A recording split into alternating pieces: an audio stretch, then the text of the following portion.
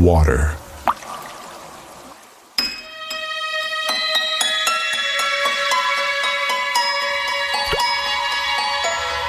Water, the most common substance on Earth.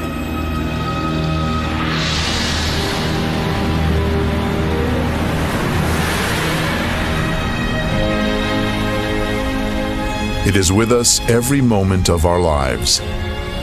But do we know the secrets of this amazing element? Where did it come from? Who bestowed water on our planet? And why? The only such planet in the universe. Perhaps only water itself knows the answers to these questions. There is just as much water on Earth today as there was when everything began.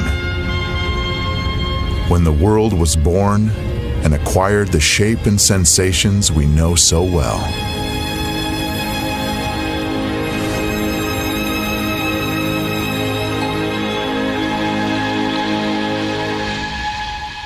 So what we did was what we always do here, do very careful work in a narrow field. So we said, let us focus on water, but we will look at it from many angles. In the Holy Scripture, water is more than simply a physical substance. It is a certain concept, and that concept is connected in a special way with the idea of life.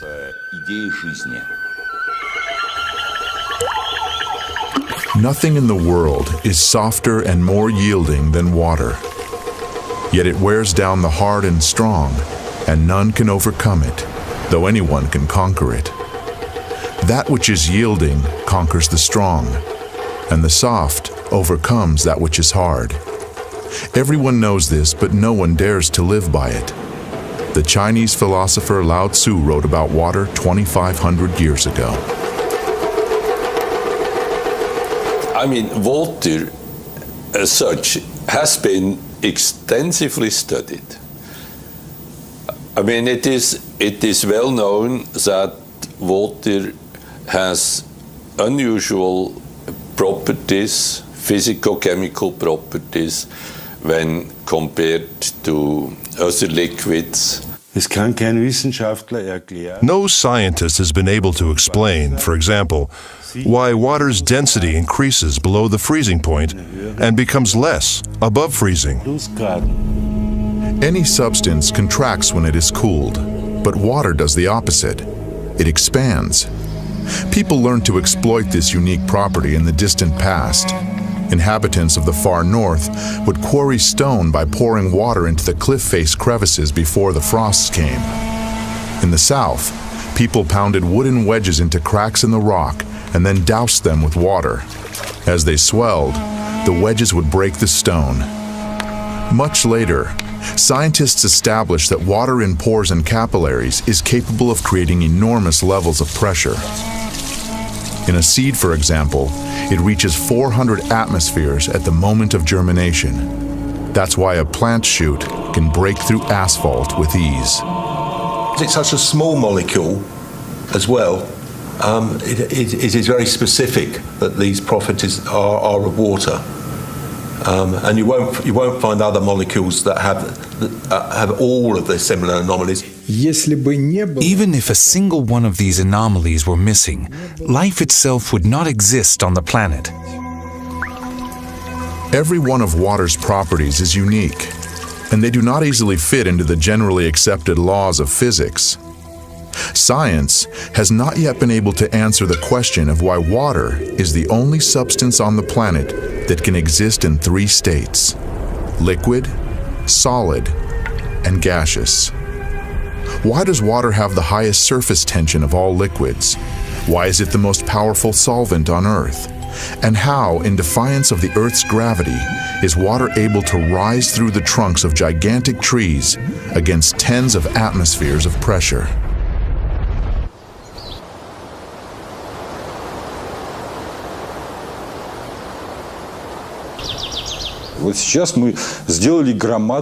We have taken a great step forward. We have really understood that we know almost nothing about water.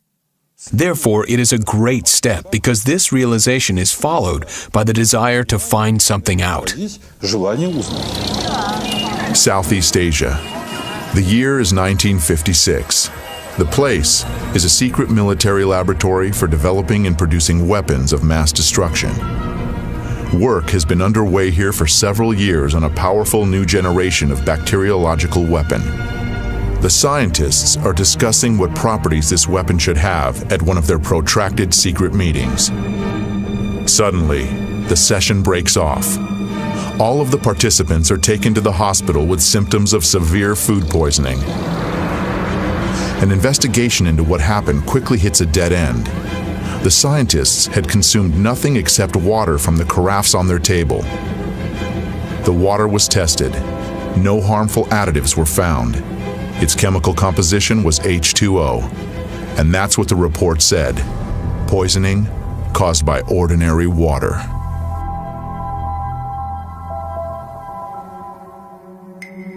"20 years later, a fantastic hypothesis was put forward. A hypothesis that could explain water's unpredictable behavior. Water has memory.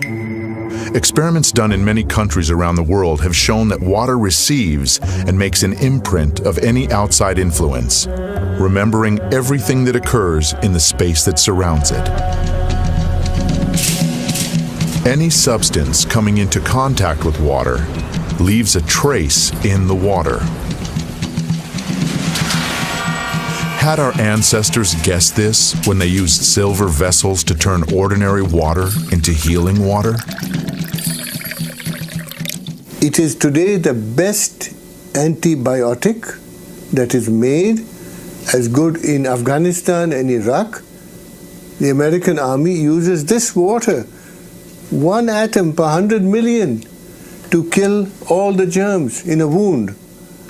So the President of the United States uses this water to keep infectious bugs from his hand. So I said, how can this water be? As it records information, water acquires new properties, yet its chemical composition remains unchanged. So their theory was the chemical composition of the water is important.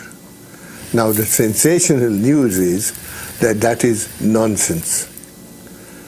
The structure of water is much more important than the chemical composition.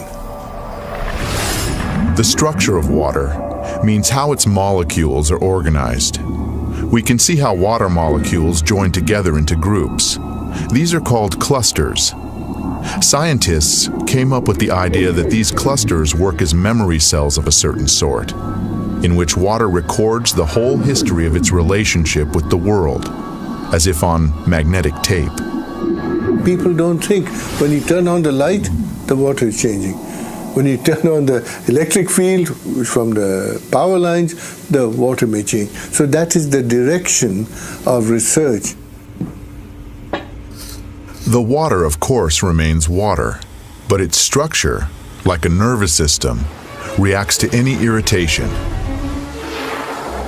Modern instruments have made it possible to record the fact that within each of water's memory cells, there are 440,000 information panels, each of which is responsible for its own type of interaction with the environment.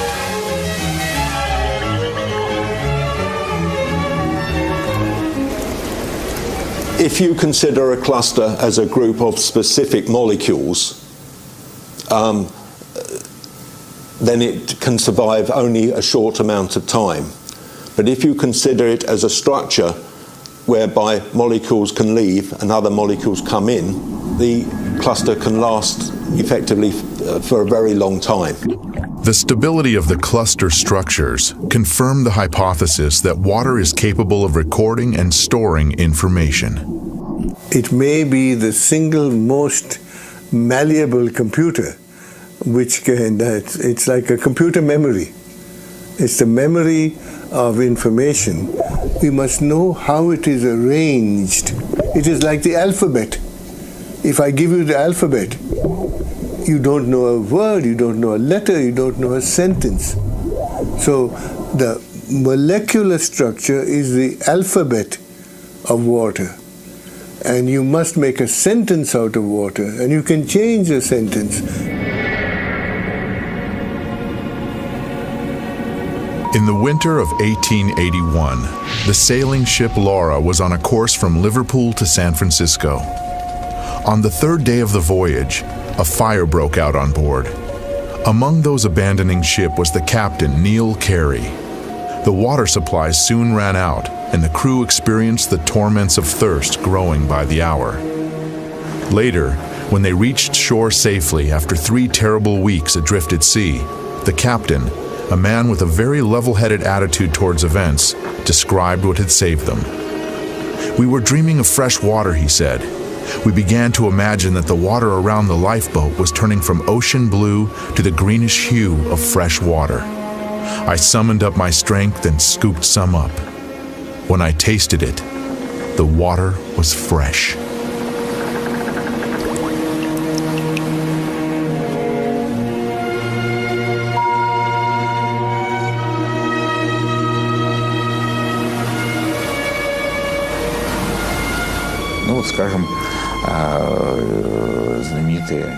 Well, take a famous event, when Jesus Christ turned water into wine. He didn't add some sugar or lactose, but he imparted an absolutely special property to the water. We have carried out many experiments on the effect that quite diverse factors have on samples of water. Magnetic fields, electrical fields, various objects, and also including a human presence and human emotions. And it became clear that positive and negative human emotions are the strongest element of influence. Professor Korotkov's laboratory has conducted numerous experiments on the effect of human emotions on water. A group of people were asked to project onto a flask of water in front of them very positive emotions like love, tenderness, and concern. Then, the flask was replaced with another one, and the people were asked to project emotions of a different type: fear, aggression, hatred. After this, measurements were taken on the samples. The water exhibited changes that were clearly in one direction or another. So love increases water's energy levels and stabilizes the water, while aggressive emotions reduce the energy and make radical changes in the water. I hope to show people through my research that water has a memory of its own. Dr. Emoto's laboratory does research on water samples, which are subjected to various forms of outside influence. The impressions made upon the water are recorded by swiftly freezing it in a cryogenic chamber. This is what water heated in a microwave oven looks like. This is the effect of a mobile telephone. Somebody said thank you to this water. Excuse me. You disgust me.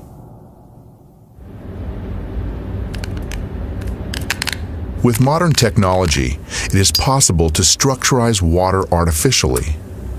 When seeds were grown under laboratory conditions using this kind of water, the soy sprouts had 6 times greater photon radiation than when ordinary water was used. Using structurized water makes vegetables ripen faster and increases the amount of useful microelements and vegetable proteins several-fold.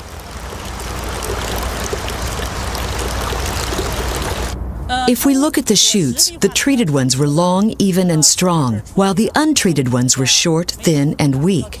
If we look at the plants today, those from the selected seeds have all ripened, but the ones from non-selected seeds have not. We have to say that using structurized water really does affect the growth of vegetables and fruits.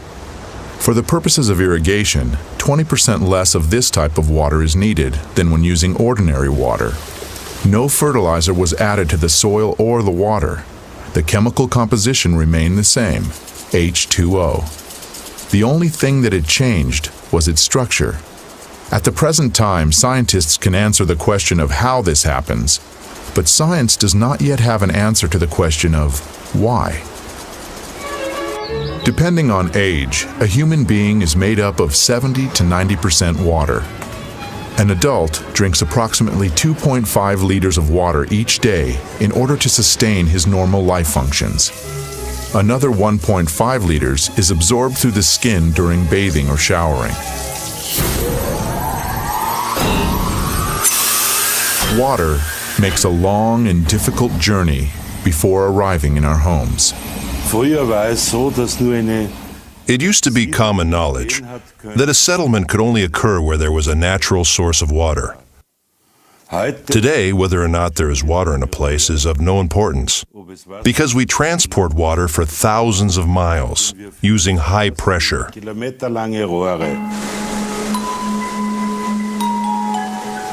In nature, rivers and streams always flow along a smoothly curving course. But any water supply system has multiple right-angle turns.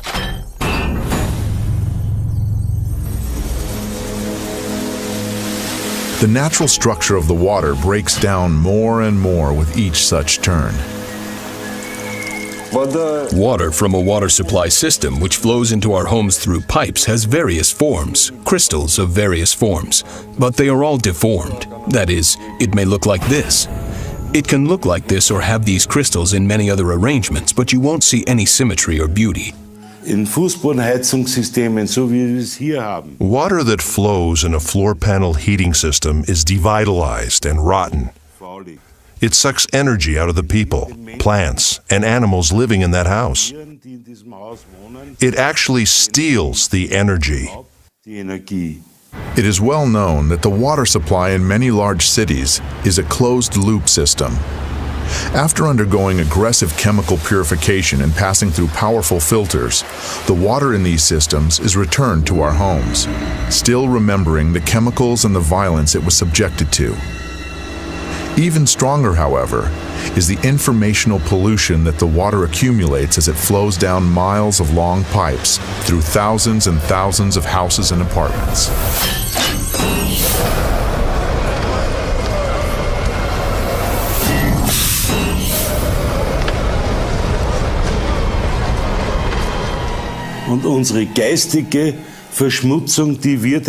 We pollute water spiritually, and this happens on a huge scale. Why? The water adopts all of the hatred, all of the malice, the stress. The water is almost dead by the time it enters our body.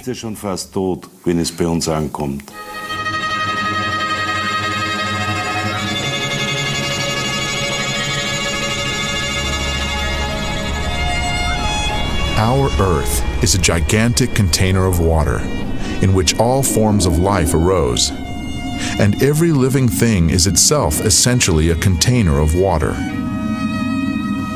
With modern technologies, we can reach far into outer space, and as we attempt to discover life on other planets, the first thing we look for is water.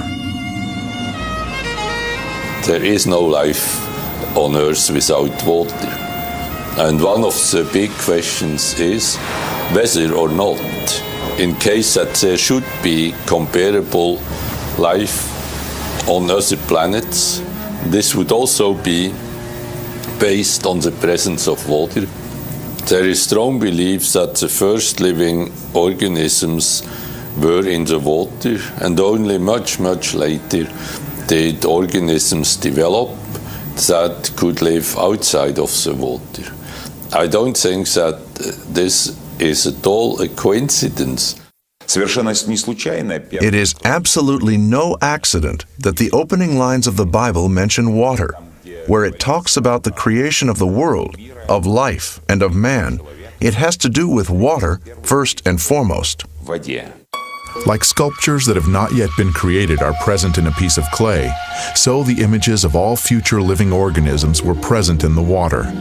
Water merely brought to life a pre-existing conception, but for any process to begin, requires an impulse.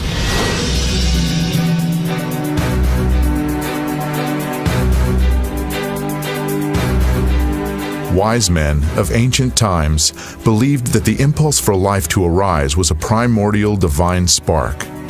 This spark imprinted in the water the sequence of future development. The entire course of evolution provides evidence of this. Every species of living being, from the simplest bacteria to mammals, strove to achieve its own perfection.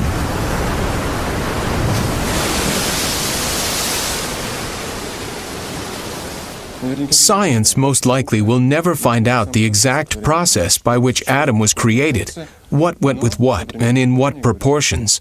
But the Quran, for example, says that water played a part in this by the will of God. I think that scientists should look more closely at how water interacts with their molecules. At a molecular level, it creates the structure of DNA. We wouldn't have the DNA helix without water. It creates the structure of proteins, so our bodies wouldn't work without the water.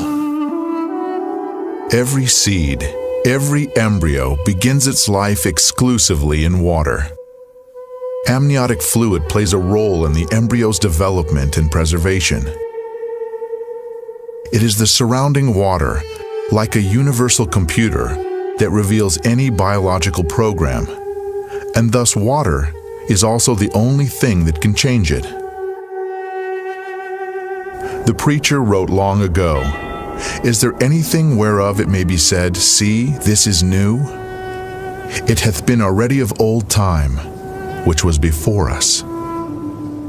And Jacob took him rods of green poplar, and of the hazel and chestnut tree, and pilled white strakes in them, and made the white appear which was in the rods. And he set the rods which he had pilled before the flocks, in the gutters, in the watering troughs where the flocks came to drink, and the flocks conceived before the rods, and brought forth cattle, ring-straked, speckled, and spotted." We subjected water to super-weak magnetic field impulses. These fields are tens of thousands of times weaker than the Earth's natural magnetic field. That means they are negligibly small from the standpoint of modern science. Fish were introduced into water that had been treated in this way, and the fish soon produced an unusual hatch of small fry. They differed radically from other fish to which they were related, though they looked as much alike as twins.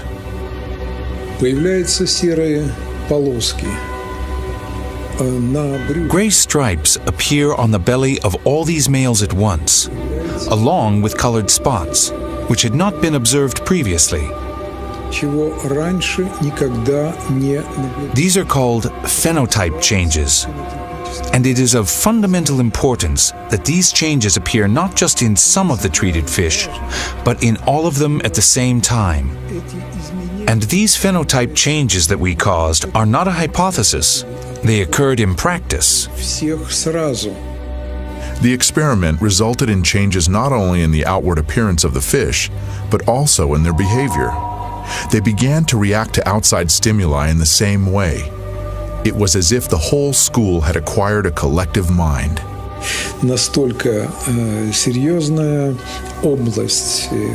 A whole important area of problems came up, which had not been studied whatsoever. Therefore, it was decided that it would suffice to establish even just the fact that behavior could change the form of animals using only water, which fact, in and of itself, is very significant. If water has such a strong effect, that is, we shouldn't make it public without thoroughly studying this.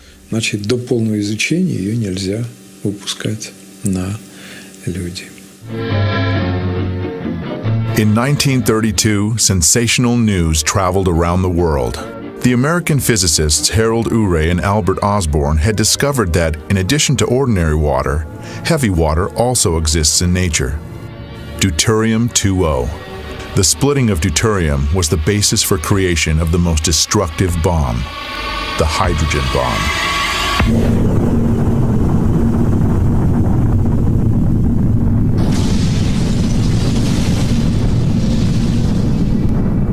Now, everybody knows very well what radioactive radiation can cause, but it turns out that there are other even more awesome effects.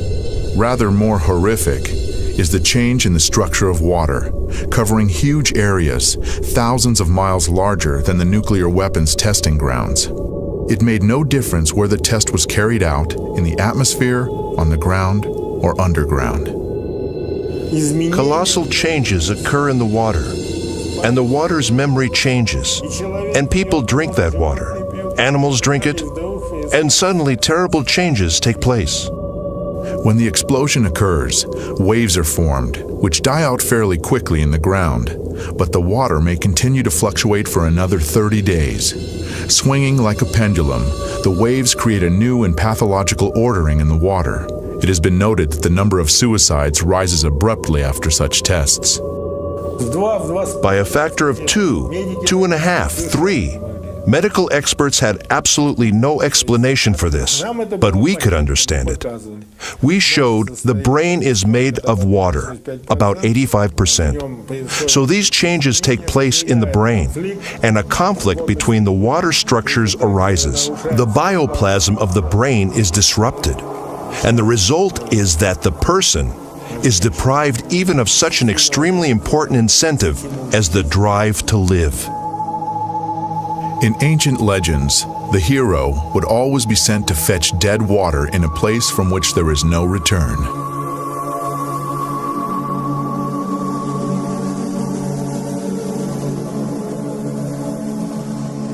According to tradition, the only sea on earth in which there is no life came into existence where the destroyed cities Sodom and Gomorrah had been located: the Dead Sea. There really is no such thing as dead water. Water gives life. It always has this original vitality. It may be used more correctly or less correctly, but it is always positive. How a person handles water, if he approaches the water with good thoughts or blesses it and says thank you to it, the quality of the water will improve, and the water will have a positive effect on a person and his body. According to the Chronicles, in 1472, Abbot Karl Gestinsis was arrested on the basis of a false denunciation and interrogated in connection with having caused a certain prominent lady to fall ill. While he was being held in a dungeon, the abbot was given only a crust of stale bread every day, along with a dipper of rotten, stinking water.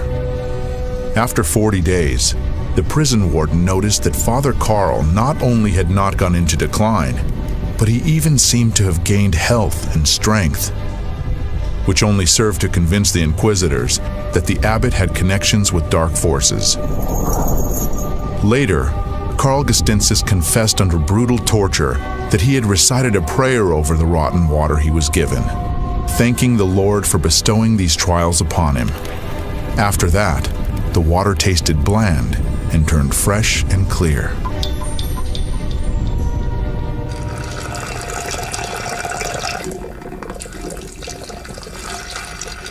We have 2 containers of emulsified crude oil, which is a byproduct of oil production, a stable combination of water and oil, which remain bound in this state for years. The test sample is irradiated. The element will treat 1 container for 7 days, making the water molecules lessen their contact with the oil molecules. After 4 days, we compare the test sample and the control. The water has separated from the oil. At the boundary between the water and oil phases, there are crater-like formations. This means that the separation process is continuing.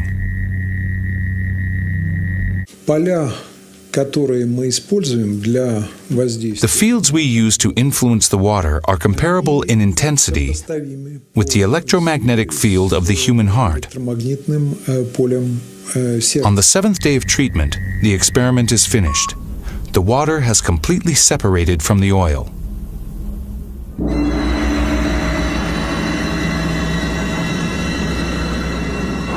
Experts estimate that oil men have accumulated around 1 billion tons of emulsified crude oil. It cannot be used for industrial purposes. Ultimately, They get rid of the emulsion, pouring it right onto the ground. And then, horrible sludge lakes are formed in the oil fields.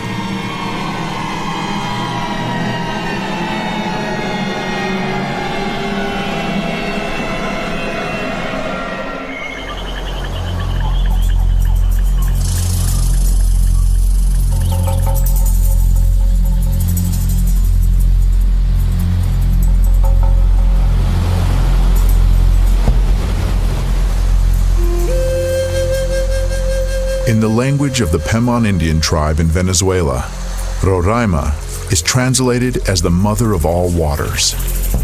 A group of Russian biophysicists set out for this destination in January 2005 to collect a unique sample of water, which scientists say has never been in direct contact with human beings. Such water exists in only one place on Earth, in Venezuela.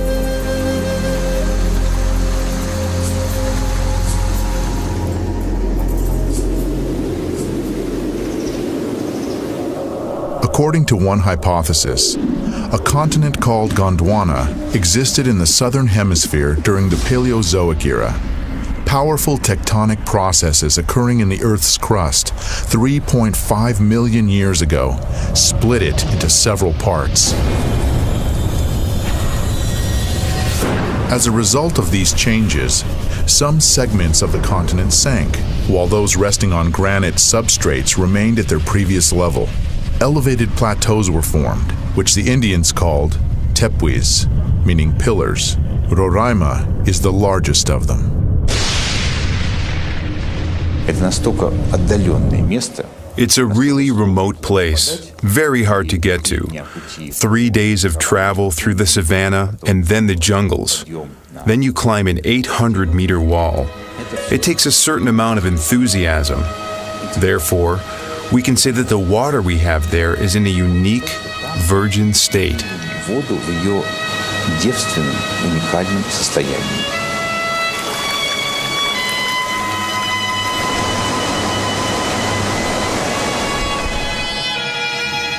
There is always a large cloud over Roraima. As evening approaches, a light haze appears. When the moon comes out from behind the mountains, the mist begins to glow with an even blue light. And in that light, it is visible how fine droplets of moisture are hanging in the still air. The slightest breath of a breeze, and this watery dust forms into drops. This is the origin of the rain, which rushes down in countless waterfalls.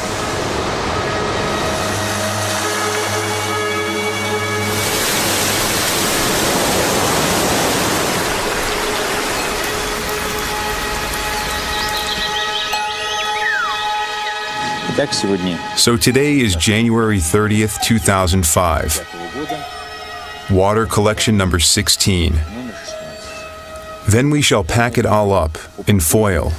And in this form, this water will hold its energy for several days with the air of these places. Then we'll arrive in St. Petersburg and we'll calmly carry out our laboratory analysis several thousand miles away, and only then will we be able to draw any conclusions.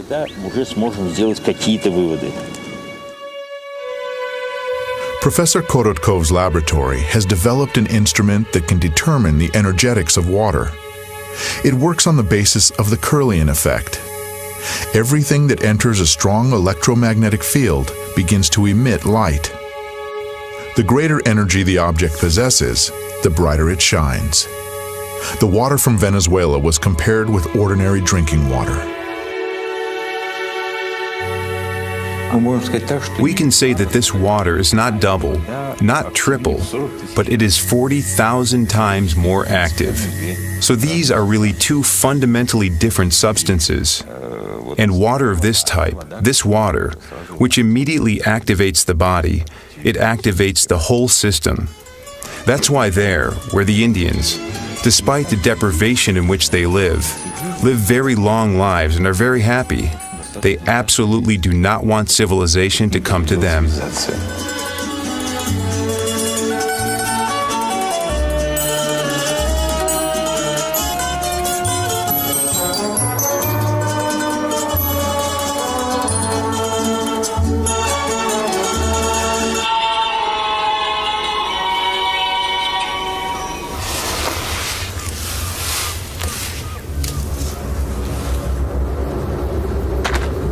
In the late autumn of 1632, a poor farmer named Gens from the village of Enningen in Hessen, an orphan who didn't remember his parents or where he was born, set off for southern Italy to seek a better lot.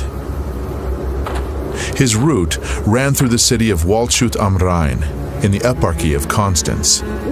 Suddenly, Gens was literally stabbed by the feeling that these places were very directly related to him. It was as if the shepherd's legs led him where he should go, which was into a grove. Entering it, Gens looked around. Not far away, a spring was coming right out of the ground. The young man approached it, bent down, and drank the water. Many years later, he told his grandchildren the story of how the water had given him back his memory, so that he recollected these places, and his father and mother, and the house in which he was born.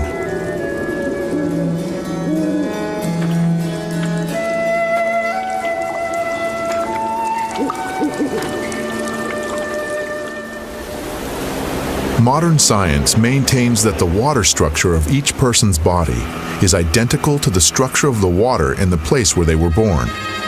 Therefore, our internal connection to our place of birth is preserved throughout our life.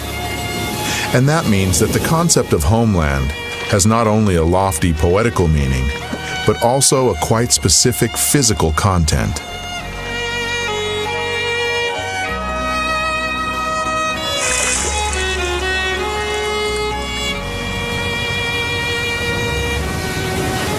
Nowhere in the world is water the same. Breaking its way to the surface through minerals and ores, water assimilates the vibrations of the soil and information about its specific biological and energetic features. We tested a sample of purified municipal water, which is sold in large bottles, and the producer puts a label on them which says it is the best water in the world, but it is empty and dead. True, it's pure and it's good, and some minerals have been added, but this is dead water in which there is no energetics and there is no life. Most likely, people do not sense any particular difference between naturally pure and artificially purified water. But any animal will always choose water from a spring, because this water is loaded with natural energies.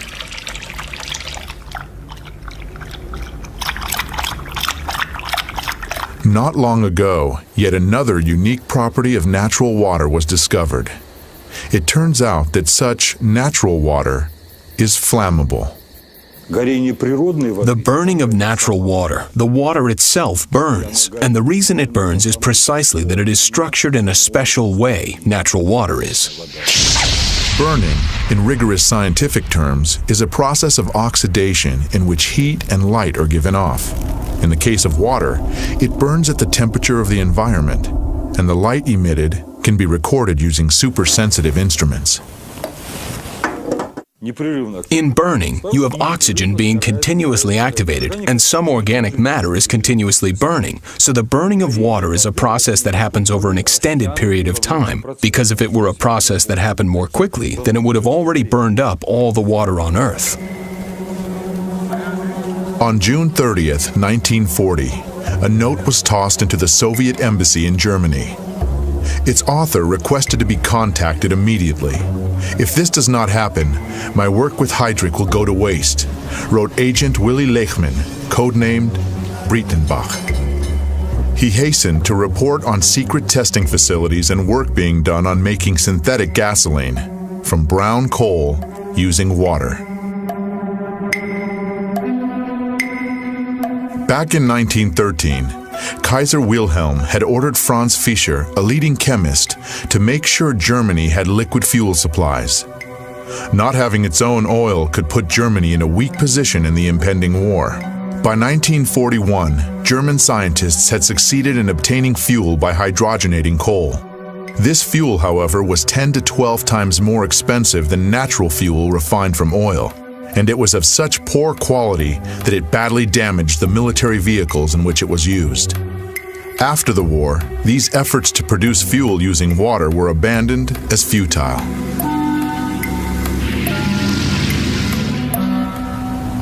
For the past 15 years, the researcher Zhang Guohua has been working to create fuel of this type.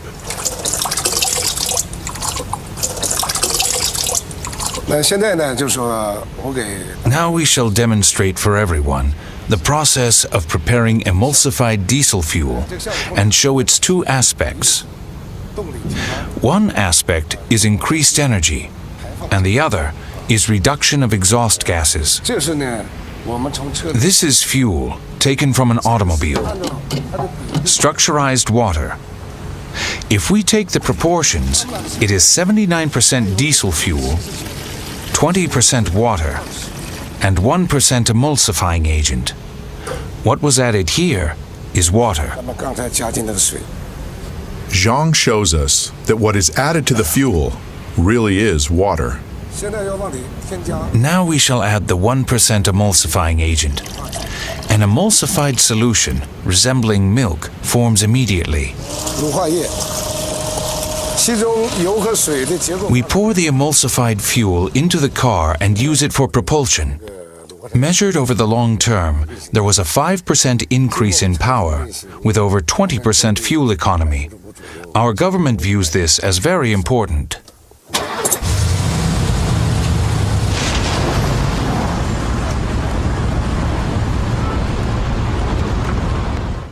I think that not even all chemists remember this aspect. If you take gasoline and completely dry it out, it always contains some quantity of water. And if you give it a special treatment to remove all of the water from the gasoline will not burn. This was known already in the 19th century. To burn anything whatsoever, there has to be at least some quantity of water. Water has a direct effect on our brains. There is a legend among the Persian Sufis. Once upon a time, a wise man said that the day would come when all the water in the world, except for what had been specially collected, would disappear. And then different water would replace it. But anyone who drank the new water would lose his mind. Only one man took the prophecy seriously and began to store up water. But the day that had been predicted did come, and every body of water emptied out. The man who had listened to the wise man drank water from his supply. And then the bodies of water and wells filled up with water again. People thirstily drank this water, and every one of them went crazy. But the man who had listened to the wise man continued to drink water only from his own supply, and kept his sanity. And he was the only sane person left among the madmen, and therefore he was called crazy. And then he poured his reserves of real water, the old water, onto the ground, and he drank the new water and lost his mind. And the madmen decided that he had become sane.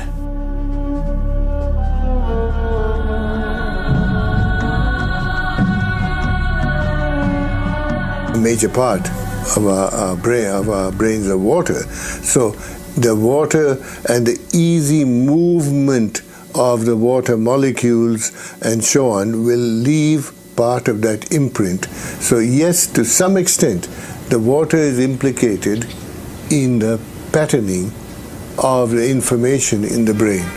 Now when you look at organs, say the heart or the lung, or muscles, or the brain, then all that you can see in a simple NMR experiment is the water in these organs.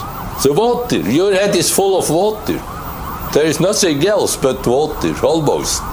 Let's imagine that here we have a human being. And here we have water. This water contains many different types of information.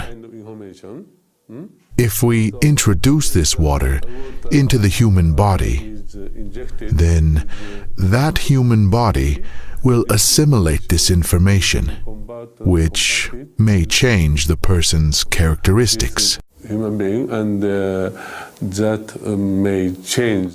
Let us see how this type of water affects human blood. The doctor is drawing blood from a patient's finger.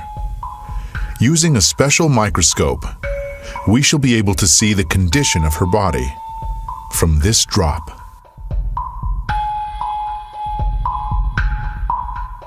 These are red blood cells, and they've lost their electrical charge, so they're all stuck together in a formation called a rouleau. Here's a huge symplast. Symplasts are associated with heart disease and arthritis and lung disease and many other conditions that could be coming in the future. The doctor asks the patient to drink a small amount of structured water. After 12 minutes, the doctor again draws blood from the patient and studies it. So you can see that the cells then become buoyant, they become slippery, and they have their electrical charge, so they repel each other. That allows them to carry oxygen, and it means that we're changing the pH of the blood back to an aerobic environment rather than an anaerobic environment. I think that's utterly amazing. That just drinking water could do that. Traditional Eastern medicine has been based for many centuries on the vibrations and resonance of the body's water content. The pulse indicates if the resonance tone is right. It is believed that the pulse may be strong, weak, cold, or hot. On the basis of this, an experienced physician carries out a kind of energy scan of the body, makes a diagnosis, and prescribes treatment. We do not heal with water because a person, the human body, is water.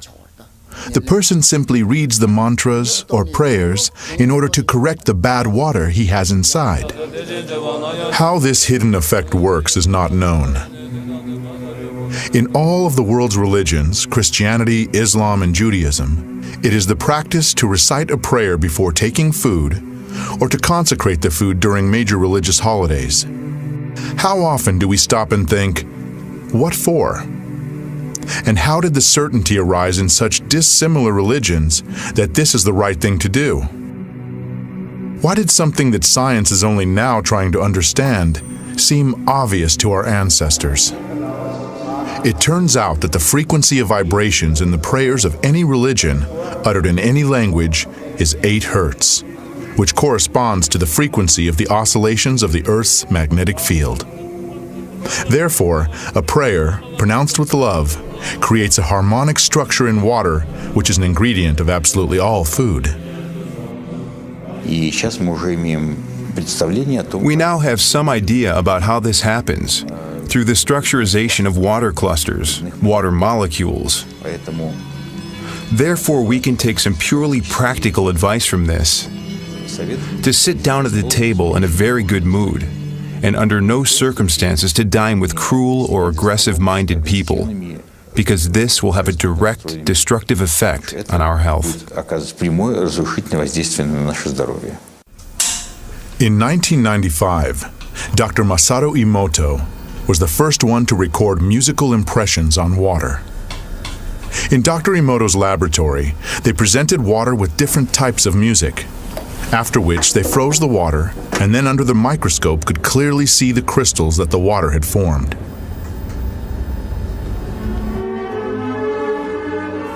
Here is what the music of Bach looks like.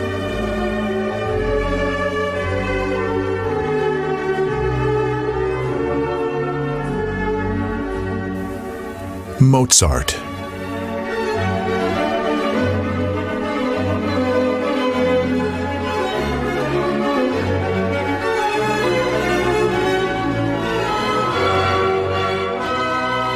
Beethoven.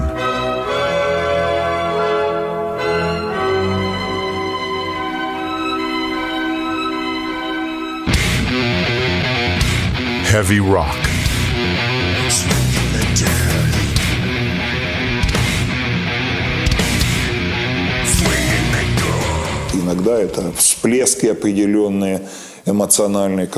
Sometimes it's just certain eruptions, emotional ones, which cause such absolutely negative results.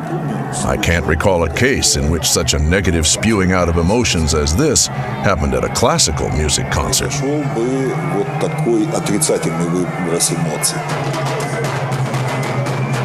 Experiments show that aggression causes a sharp change in water's memory. Such water can provoke an aggressive state in hitherto calm people.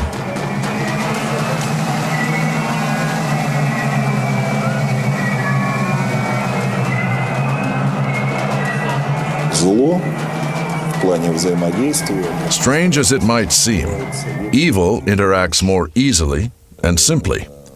Apparently, this has to do with the sensitivities of human beings who always feel negative things more acutely. Dr.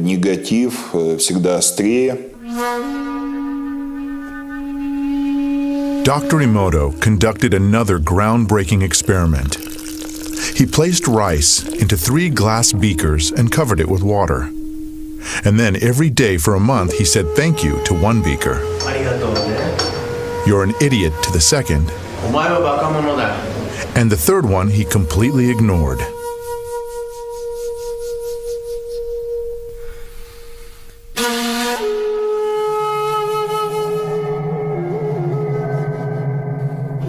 After 1 month, the rice that had been thanked began to ferment, giving off a strong, pleasant aroma.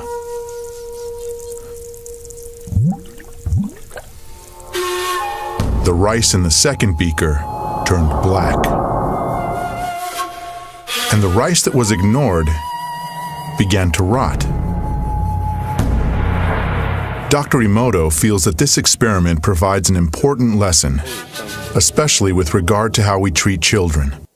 We should take care of them, give them attention, and converse with them. Indifference does the greatest harm. It may not always be easy to do, and almost always it takes practice.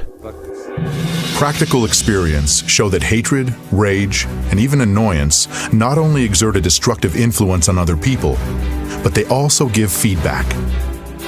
Das beginnt geistig in Gedanken, wenn man negative Gedanken aussendet. Intellectually, at the level of thoughts, a person who sends negative thoughts is polluting his own water, of which his body is 75 to 90% composed, and giving it a negative charge. Dieses Wasser negativ belasten. Many laboratories around the world have repeatedly carried out an experiment that produces similar results.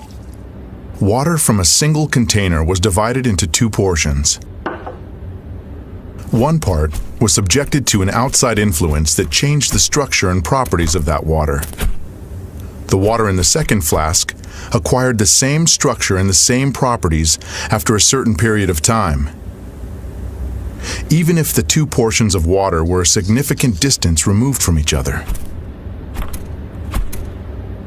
The water has very important photographic memory, we can say that, and also you can imprint it with very subtle energies, even from 10,000 kilometers.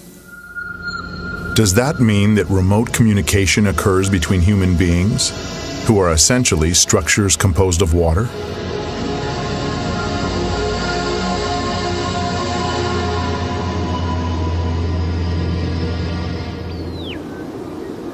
In February 2005, Professor Vyacheslav Zvonikov and a group of colleagues conducted an experiment to confirm or disconfirm the hypothesis that remote communication between people is possible. 2 people are 10,000 miles apart. One is in Moscow, the other in South America near the city of Santa Elena. Here we have the virtual brain of the experiment's participants. During the 15 minutes before the experiment begins, there are no visible correlations. The least change in posture, pulse, or respiratory frequency is recorded. EKGs and EEGs are taken. Suddenly, the instruments register distinct changes. The two people separated by this enormous distance have somehow tuned themselves to the same wave. The instruments show synchronization of certain areas of their brains, of breathing patterns and pulses. How can this be explained? We don't yet have any answers to that question. So far, this is a scientific mystery. There is a hypothesis that the body's liquids play a part in this.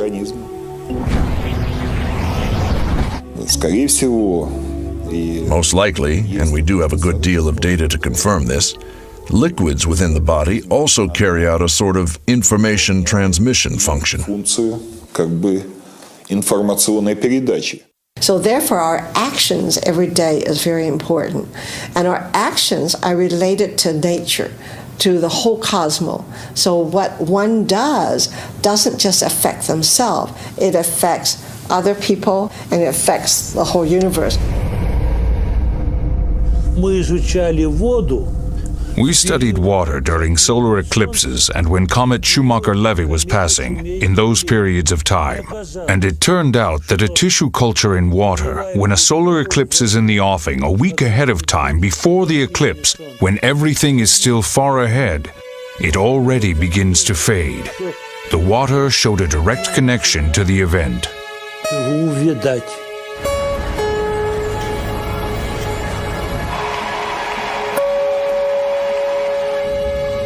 The system of the universe exists as a single, perfect organism.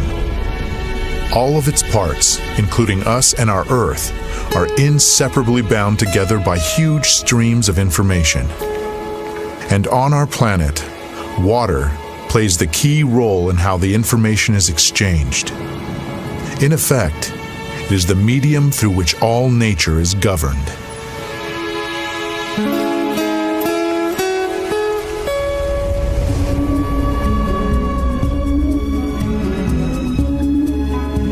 The Chinese chronicles tell about the Taoist hermit Shangxun, who is known to have met repeatedly with Genghis Khan for lengthy conversations. Once, when the country was being ravaged by an unknown epidemic, the ruler of Beijing asked the hermit to protect the people. He prayed, and the sickness retreated. In reply to numerous expressions of gratitude, the hermit said, "Prayer is not a thing. All it requires is faith." Exactly. Many people think that thought or intention, the word we use is intention, can be imprinted on the water. That is a possibility. Like prayer, if you go to Lourdes, is it prayer that is imprinted on the water? The Holy Scripture contains these marvelous words, "Nothing shall be impossible to him who believes. If ye have faith as a grain of mustard seed, ye shall say unto this mountain, Remove hence to yonder place, and it shall remove." Here the mountain is just a metaphor, of course, but it helps us understand the power of faith. All of mankind's sacred books contain stories about people who were able to create miracles because of their profound spiritual knowledge. Legend tells us that the sea parted before Moses because of his unflinching faith that the Lord would not abandon his people.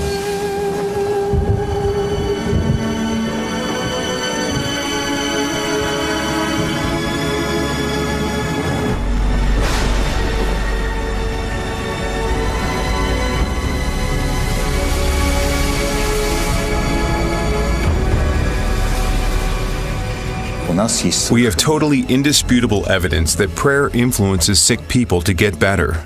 And it's caused absolutely fantastical recoveries, such as the spread of gangrene suddenly stopping in a person who already had it.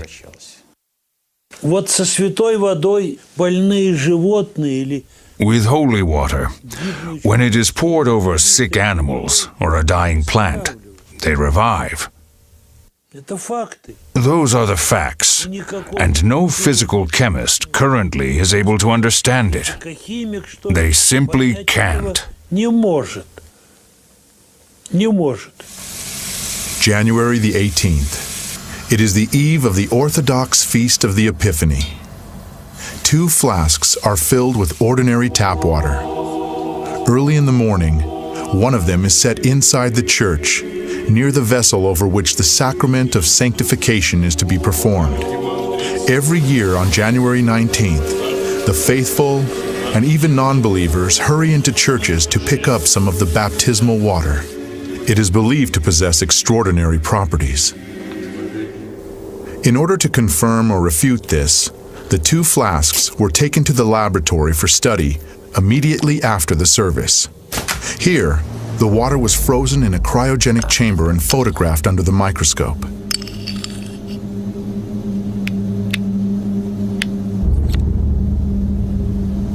The crystals of the tap water looked like a chaotic, diffused spot.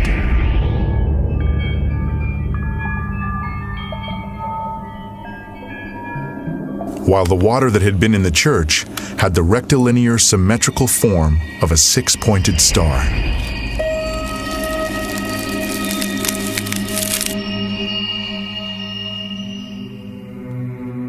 It is well known that holy water has a very powerful and stable structure.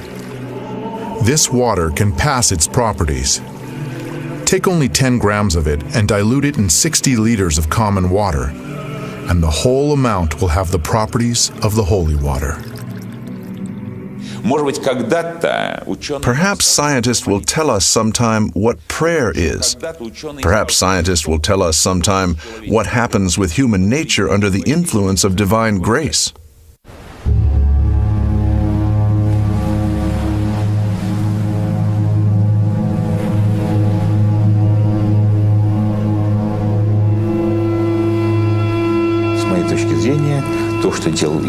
In my view, what Jesus did represented an informational influence on the water. He acted with his spirituality. He acted through higher spiritual powers. And it is now quite reasonable to imagine changing water in such a way that it would become fairly firm.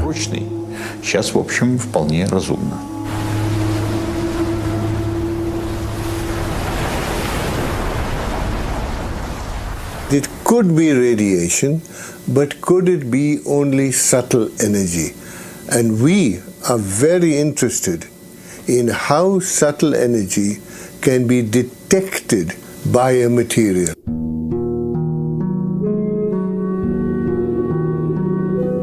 In our time, everybody is sure that weather on the planet is determined by cyclones and anticyclones. We accept the weatherman's daily forecasts as inevitable. Actually, we are waiting for water to make its appearance. Evaporating and turning into whimsical clouds and towering thunderheads, it creates the architectonics of the sky. The countless shades of sunrise and sunset, the rainbows that shoot across the sky, all of them result from the refraction of light rays by the moisture in the atmosphere. Clouds carry this moisture over great distances, and it spills down as rain. Rain, hail, snow and mist, winds and storms, gales and hurricanes. All of these complex processes depend on water's mood. We try to second guess how it is going to behave, and where on the earth it will bestow its favors, and where it will unleash its wrath. The most we can do is to observe these processes from space, but only observe them. But how alluring the thought is of subjugating the weather. What a sweet bait that is for human vanity.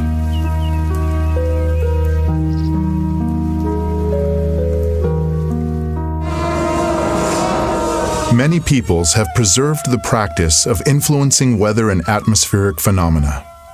These rituals are carefully passed down, unchanged, from generation to generation.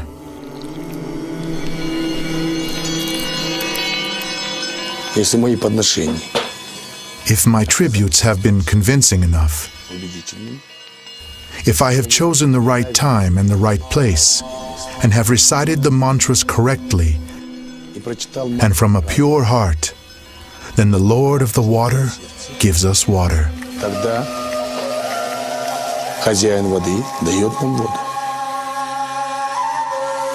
We do not place much trust in actions which may be met with a smile these days. Could it be that just one human, not some huge modern laboratory with the latest technologies, but just a single person, could influence a natural process solely by the force of his desire and intentions? And there was an outdoor wedding outside a museum in Ontario. And, well, we didn't bring umbrellas, but some people did. And the sky was all overcast, and the rain started to come. It was half an hour before the wedding. And it started to rain, all the umbrellas went up. And so I and two other students said, okay, let's meditate for better weather. Within a minute, an opening in the clouds came, and the sun just shone right down in this area. Only, not all over, just shone right down this area. By the summer of 1991, Israel had had no rain for 2 years. The water in the country's only freshwater lake, Lake Kinneret, had fallen 15 centimeters below the critical level. Then, 10,000 Israelis gathered at the Wailing Wall to pray for rain. On the third day, rain came down on the country in torrents. Many people explain this fact as a simple coincidence. Belief in coincidence is neither scientific nor religious. From a scientific standpoint, there is scientific determinism, while from a religious standpoint, there are things that are done which have an influence on the outcome. Coincidence is a way in which people try to escape bearing any responsibility.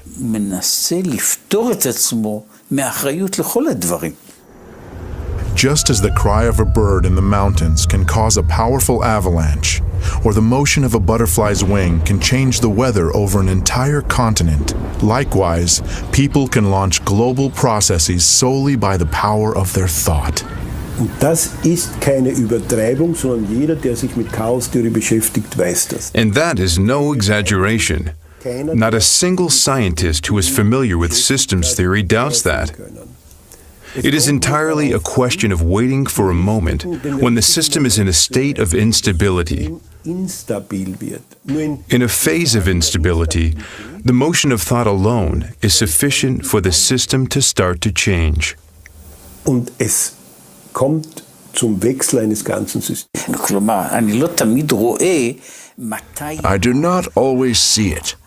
When my own mistake or sin comes back to me in another guise, although essentially it is a single unit, whatever it is that I did wrong returns to me, not as punishment, but as a result.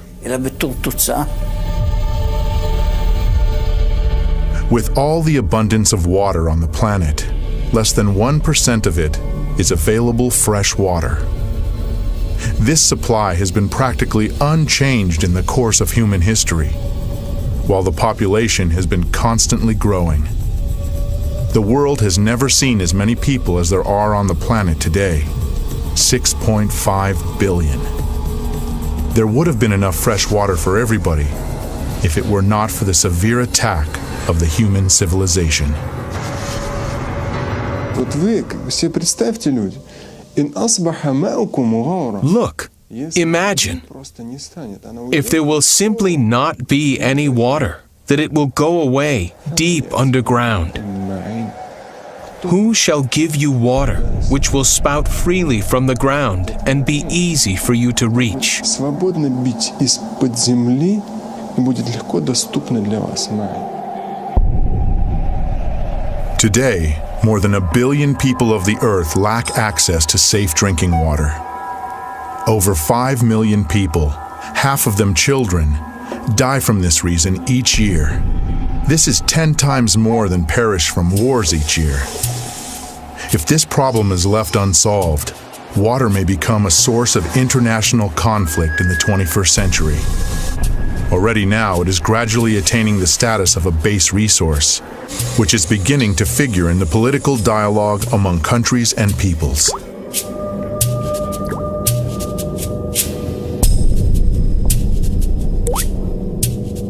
See, we talk a lot about an upcoming oil crisis because we will run out of oil. But I think it is even more important that we worry about the water, that we don't run into a water crisis. According to UN data, around 10 million tons of oil annually pours into the world's oceans. Along the U.S. Atlantic coast are buried 90,000 containers of radioactive waste with 100 kilocuries of activity, while the European part has 500 kilocuries.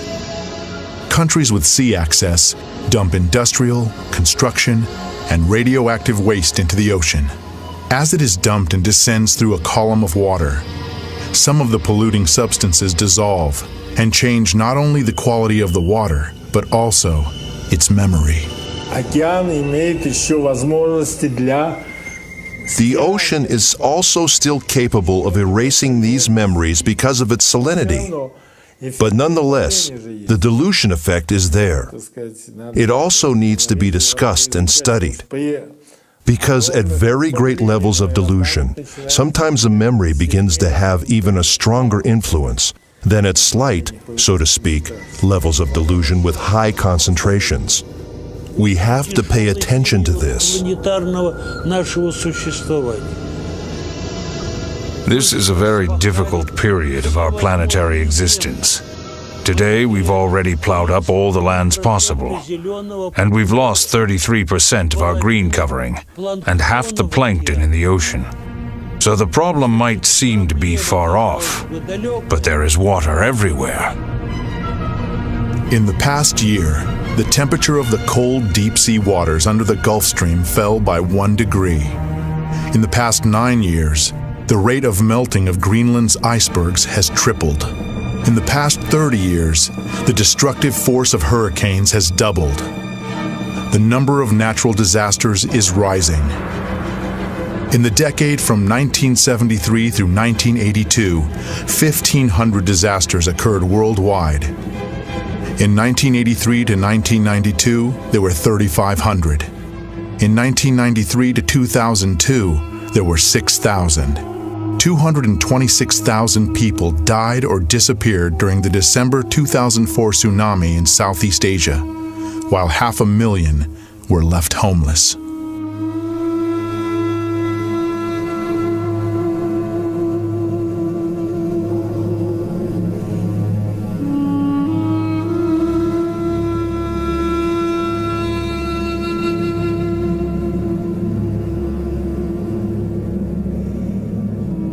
The October 2005 flood in Europe left 200,000 people homeless. Over 1,300 people died during Hurricane Katrina in August 2005. 1 million people were left homeless.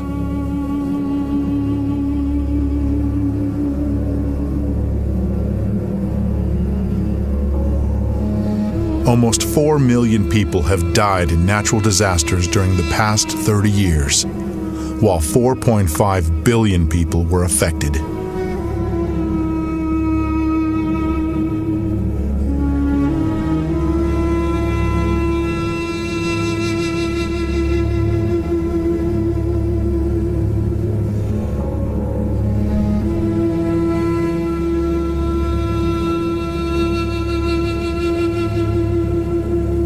Если спросить сегодня простого человека на улице, if you ask the ordinary man on the street today whether or not man and human activity are to blame for the increased number of hurricanes on the planet and their increased destructive force, I think that every other person will say yes, this is a consequence of human activity. Это следствие человеческой деятельности. I think that what's happening in our world today all the tsunamis and the freak weathers everywhere, and the terrorism and the fear that is gripping us, all of the things that are happening is a result of unhealthy individual health. And it affects the other way too. Okay, and also I think it's a resultant of water being polluted. The phenomenon of structural memory enables water to take an impression of everything that happens around it and to connect all living systems together. And each one of us is a link in an endless chain of information transmission. But, in addition, each of us is also a source of information.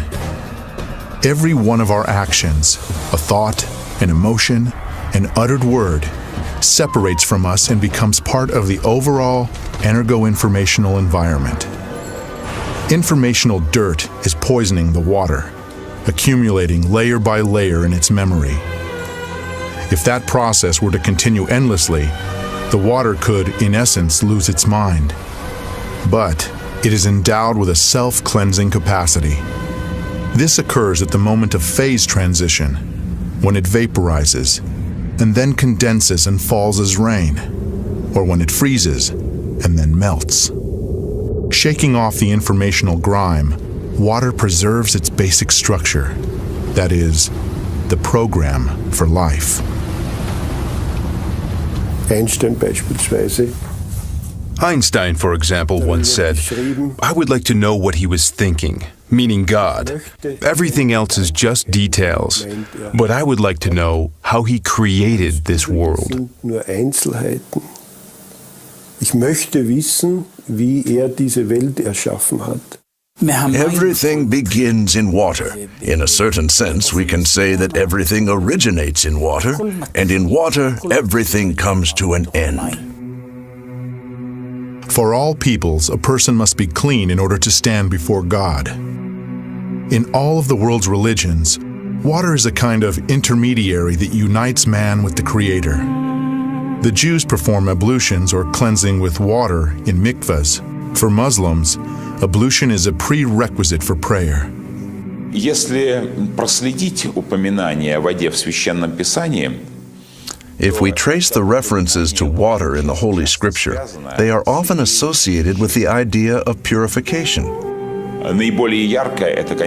This is most vivid, of course, in the narrative of the baptism of the Israelites in the River Jordan in the time of the prophet John, John the Baptist, the forerunner. John baptized with the baptism of repentance, and the image and symbol of people's repentance was immersion in the river. In the Christian Church, there is the sacrament of baptism. First of all, why is it a sacrament? Because it remains ultimately hidden from us. What happens with a person at the moment of baptism? It is known that the divine energy, which in the language of the Church we call grace, descends upon the person. которую мы на церковном языке называем благодатью, снисходит на человека. There have been many wars on religious grounds in human history, but in our experiment, water reacted to individual words that had a religious content by forming beautiful crystals. This means that the conception of our nature coincides with each religion. The Christian prayer. The Buddhist prayer. The Muslim prayer. Dr. Emoto presumes that serious crimes are committed most of all in areas where people curse the most often.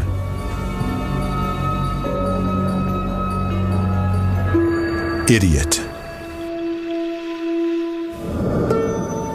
I hate you. Laboratory containers of water were inscribed with hieroglyphs denoting words and the names of well-known people.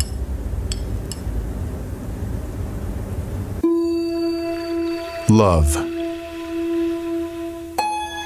Hope. soul. Mother Teresa, Hitler. Dr. Emoto's numerous experiments aimed at finding the word that cleanses water most powerfully have shown that it is not just one word, but a combination of two: